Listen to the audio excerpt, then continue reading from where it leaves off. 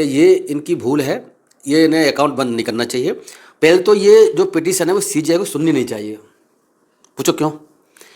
वो इसीलिए कि सीजीआई का तो खुद का मैटर था। वर्ल्ड में जहाँ जहाँ भी कहीं अत्याचार अन्याय होगा, सरकारें दमन करेंगी, न्यायपालिका हमारे देश की न्यायपालिका की तरह से अगर कॉकरोच कहेंगी या और कुछ दमन करेंगे तो वहाँ कॉकरोच नाम फेमस हो चुका है पूरे वर्ल्ड में। तो बंगाल में तो देखो कितना खतरनाक चल रहा है कि उन्होंने, मैंने आज ही पढ़ा है कि डिटेंशन कैंप बना रखे, उस डिटेंशन कैंपों में उन्होंने भेजना शुरू कर दिया। 10 जैन जी परेशान हैं। जैन जी नहीं, सारे जी परेशान हैं। जैन जी हो चाहे एक्स वाई जेड जो भी हो, सभी लोग देश के परेशान हैं, इसीलिए हाथों हाथ लिया है इसमें। ये सिर्फ जैन जी नहीं, और लोग भी इससे जुड़े हुए हैं, हमले से लोग जुड़े हुए हैं। बाकी आपने और पॉलिटिशियंस की इंडिया में खबर देखी होगी, वो भी जुड़े हुए हैं। तो इसीलिए क्योंकि लोग परेशान हैं, त्रस्त हैं, इसीलिए हाथों हाथ लिया। और 24 घंटे में, 28 घंटे में, बाकी कुछ दिनों में ही ये कहाँ से कहाँ संगठन पहुँच गया है।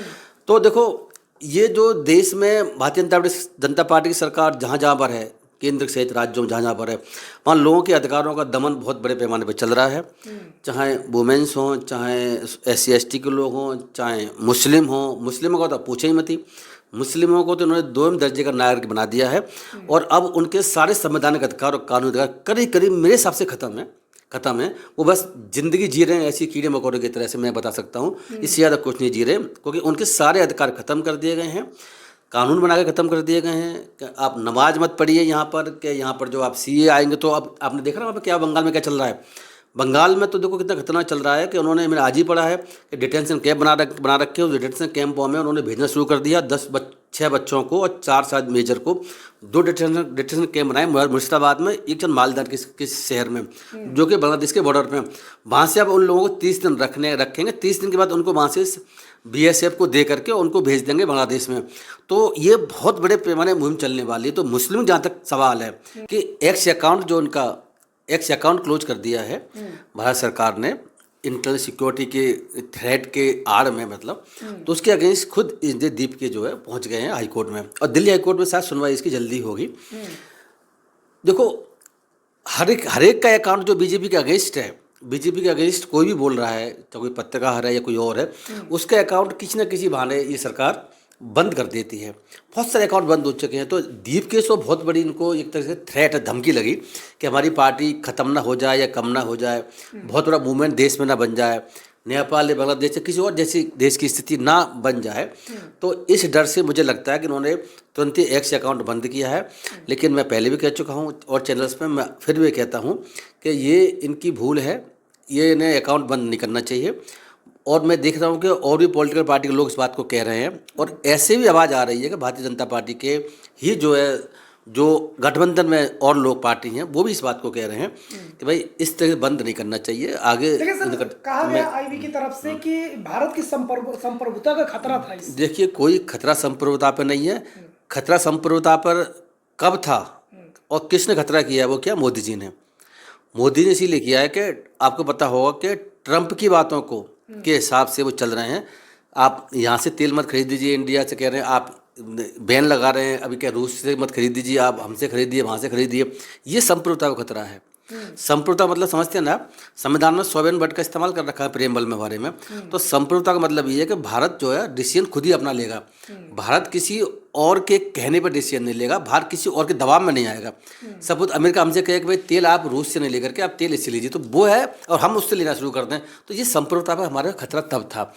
ये जो अभिजीत दिपके ने पार्टी बनाई है, एक डिजिटल पार्टी है अभी तक, तो ये कोई संप्रभुता खतरे की कोई बात नहीं है।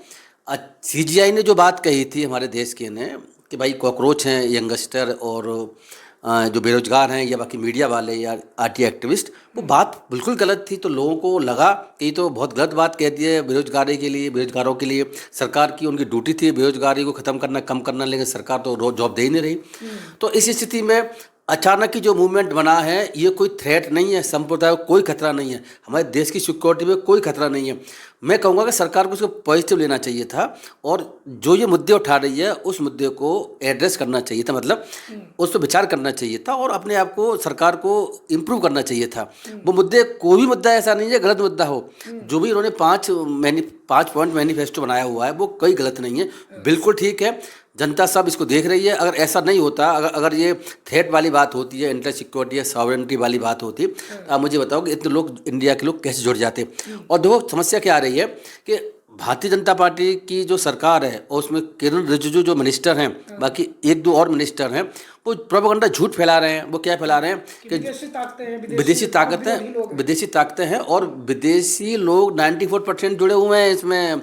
इंस्टाग्राम के पाकिस्तान के लोग 94 पाकिस्तानी है, हमारे देश के लोग तो बहुत ही कम जुड़े हुए हैं। जबकि उसी ने अभिजीत दीपके ने अपने जो वो डायग्राम होता है उसका, जो इंटरनल कितने लोग कहाँ से किस कंट्री से जुड़े हुए हैं, वो उसने सार्वजनिक किया। तब पता चला कि भाई 98% तो हमारे इंडिया के आसपास, करीब इंडिया से ही है, 94 96 98% के आसपास। फिर क्या देखो, ये सरकार क्या कितनी बदमाश सरकार है। सरकार फिर क्या करती है कि वो जो मुझे अब पता चला है कि उन्होंने जो अपने एक्स ट्विटर हैंडल पर जो बात डाली थी मंत्रियों ने, वो उन्होंने हटा दिया, क्योंकि पोल खुल गई उनकी। पोल क्या खुल गई कि भाई ये तो जो है इंडिया के लोग ही मैक्सिमम जुड़े हुए हैं उससे, अभिजीत दीप की जनता पार्टी से, कोई जनता पार्टी ना के पाकिस्तान के लोग। वो एक अलग बात है कि पूरे इंटरनेशनल लेवल पे मामला चल रहा है, वो एक डिफरेंट एंगल है। मैं पहले भी कह चुका हूँ, फिर रिपीट करता हूँ कि ये जो मूवमेंट है, मैं आपसे भी कह रहा हूँ कि आपके चैनल के माध्यम से, ये मूवमेंट इंडिया तक सीमित नहीं है। ये मूवमेंट इंडिया तक सीमित नहीं है। ये जो मूवमेंट का प्रभाव पूरे वर्ल्ड में चल रहा है। जहाँ वर्ल्ड में जहाँ भी कहीं अत्याचार अन्याय होगा, सरकारें दमन करेंगी, न्यायपालिका हमारे देश की न्यायपालिका की तरह से अगर कॉकरोच कहेंगी या और कुछ दमन करेंगे, तो वहाँ कॉकरोच नाम फेमस हो चुका है पूरे वर्ल्ड में, तो वर्ल्ड लेवल का मामला बन चुका है। मैंने भी देखा था। सरकार क्या इससे डर गई है कि कभी इंस्टा हैक होने की बात कही जा रही है, कभी उन्हें थ्रेट दिया जा रहा है, उनके फैमिली वालों को डर सता रहा है कि अभिजीत दीप के करे गिरफ्तारी हो जाएगी इंडिया में पहुंचते ही। देखिए, ये कैसे जा रहा है? मैं बताता हूँ आपको। जैसे आप कह रहे हैं ना कि सरकार डर गई है, सरकार तो यहाँ आप जैसे यूट्यूब चैनल से डर जाती है जिनके के थोड़े सब्सक्राइबर हैं। यहाँ तो जो मामला अब जो है कितना 2 करोड़ 30 लाख से ज़्यादा पहुँच चुका है, तो ऐसे से तो डरेगी बिल्कुल निश्चित रूप से। जो जिनके लाख 2 लाख 5 लाख 10 लाख फॉलोअर्स हैं, सब्सक्राइबर हैं, उनसे डरी बैठी हुई है, उनको ब्लॉक कर देती है। ये तो इतनी बड़ी इंटरनेशनल लेवल फिगर बन चुकी है। मैं देख रहा हूँ कि इंटरनेशनल मीडिया कवर कर रहा है। मैंने फ्रांस चैनल को देखा इंटरव्यू लेते हुए, और चैनल को इंटरव्यू लेते हुए देखा अभिजीत दीपके का। तो ये कोई नेशनल मामला नहीं रहा, इंटरनेशनल लेवल पर मामला चल रहा है। तो सरकार जो डर गई है, तो बात बिल्कुल 100% ठीक है, लेकिन सरकार ये गलती कर रही है मेरे हिसाब से कि इसके एक्स अकाउंट को बंद किया, कभी इसके दूसरे अकाउंट है इंस्टाग्राम कोई बंद, वो ओपन नहीं कर पा रहे थे, कभी वेबसाइट को ब्लॉक कर रहे हैं, कभी कुछ कर रहे हैं। इससे कुछ होने वाला नहीं है, ये आंदोलन आगे बढ़ता रहेगा। आपने एक बात और कही थी कि मामला ये हाई कोर्ट ही नहीं पहुंचा, ये मामला सुप्रीम कोर्ट ही पहुंचा है। तो सुप्रीम कोर्ट में एक एडवोकेट है जिसका नाम है एडवोकेट NK गोस्वामी, उन्होंने एक अजीब सी पिटीशन फाइल की है। ये कहा है उन्होंने कि भाई ये जो कांग्रेस जनता पार्टी है, ये एक तरह CGI के मजाक उड़ा रहा है, कोर्ट की प्रोसीडिंग को कॉमर्शलाइजेशन कर रहा है, मतलब कॉमर्शियली एक्सप्लोर कर रहा है, तो ये गलत है और इस पर रोक लगाई जानी चाहिए। उसके अलावा उन्होंने ये भी कहा है कि इसकी CBI इन्वेस्टिगेशन भी होनी चाहिए। तो देखो, मैं एक बात बता दूं कि ये टोटल PIL जो फाइल की गई है, ये टोटल ये गलत PIL है। ये सब मुझे ऐसा लगता है कि या तो भारतीय जनता पार्टी की सरकार इसको फाइल करवा रही है, या न्यायपालिका ही खुद फाइल करवा रही है। नहीं, CGI साहब ने तो कहा ना कि भावनात्मक रूप से मत लीजिए। आप उस पर ना जाएं। CGI साहब कुछ कह रहे हैं, कल कुछ कह देंगे। मैं बता रहा हूँ आपको कि उस पर आते हैं। ये जो पिटीशन फाइल कराई गई है, मेरी जानकारी में ये है कि पिटीशन अब से पहले भी सरकार भी फाइल कराती है अपने लोगों के माध्यम से, और न्यायपालिका भी लोगों से कह के फाइल करा देती है, ठीक है ना। तो ये पिटीशन किसने फाइल की है, ये एडवोकेट NK गोस्वामी कौन है हमें जानकारी नहीं है, लेकिन इसमें ये बंदा कोई भी हो सकता है। जहाँ तक आपने कहा कि CGI ने तो ये कहा कि इसको इमोशनली मत लीजिए, ये कोई जो है सेंटिमेंटल ना होइए इस केस में, लेकिन वो कब कहा है पता है आपको? अभी वो हियरिंग पर नहीं आई है। दो चीज़ होती हैं। ये जो एडवोकेट है इसने पिटीशन फाइल कर दी, फाइल करने के बाद क्या होता है कि लिस्टिंग होती है कि इस डेट को अभी केस सुना जाएगा। वो भी लिस्टिंग नहीं हुई है इसकी, इसमें डिफेक्ट भी हो सकते हैं, डिफेक्ट पर क्लियर होते हैं, उसके बाद लिस्टिंग होती है। तो ये चाहता था कि हमारी अर्जेंट रूप से इसको सुनवाई आज या कल कर ली जाए, इस बात के लिए पहुंचा था। वो पिटीशन को लेकर के बहस करने नहीं पहुंचा था। तो उस वक्त CGI ने कहा कि कोई हमें जल्दी नहीं है और आप इतने सेंटिमेंटली इसको ना देखें और इतने इमोशनली ना बने। उस वक्त कही है, मतलब हमें आज या कल लिस्ट करने की जरूरत नहीं है, इस बात के लिए कही है। लेकिन जब लिस्ट हो जाएगी उसके बाद CGI क्या करेंगे, ये अब देखने वाली बात है। देखो, मैं एक बात तो बता दूं आपको चैनल के माध्यम से। पहले तो ये जो पिटीशन है वो CGI को सुननी नहीं चाहिए। पूछो क्यों? वो इसीलिए कि CGI का तो खुद कमेंट था कॉकरोच वाला, तो उनके कमेंट के बाद ही उन्होंने कोक जनता पार्टी नाम की एक पार्टी संगठन बना दिया, जो कि डिजिटल मीडिया पर चल रहा है, धूम मचा रखी है उसने पूरी दुनिया में, नॉट ओनली इंडिया, पूरे वर्ल्ड में। तो उसके अगेंस्ट के कॉन्वर्सेशन कर रहे हैं कि इसका आर्थिक दोहन कर रहे हैं कि ये गलत है, ये लोग कौन जुड़े हुए हैं, सीबीआई इन्वेस्टिगेशन की जांच की जाए इसमें। ये पिटीशन मेरे हिसाब से जो कॉन्स्टिट्यूशनल प्रोविजंस हैं, चीफ जस्टिस ऑफ इंडिया के पास नहीं लगनी चाहिए, ये किसी और बेंच के पास जाना चाहिए। दो जज पहले बैठे थे, chief justice of India Surya Kant ji और दूसरे बैठे ज्वामाला बागची। संविधान के तहत जो इंडिपेंडेंस का सवाल है उसके तहत ये जरूरी है कि ये पिटीशन उनके पास ना लगे, सीजीआई को पिटीशन दूसरे जजों के पास भेजनी चाहिए।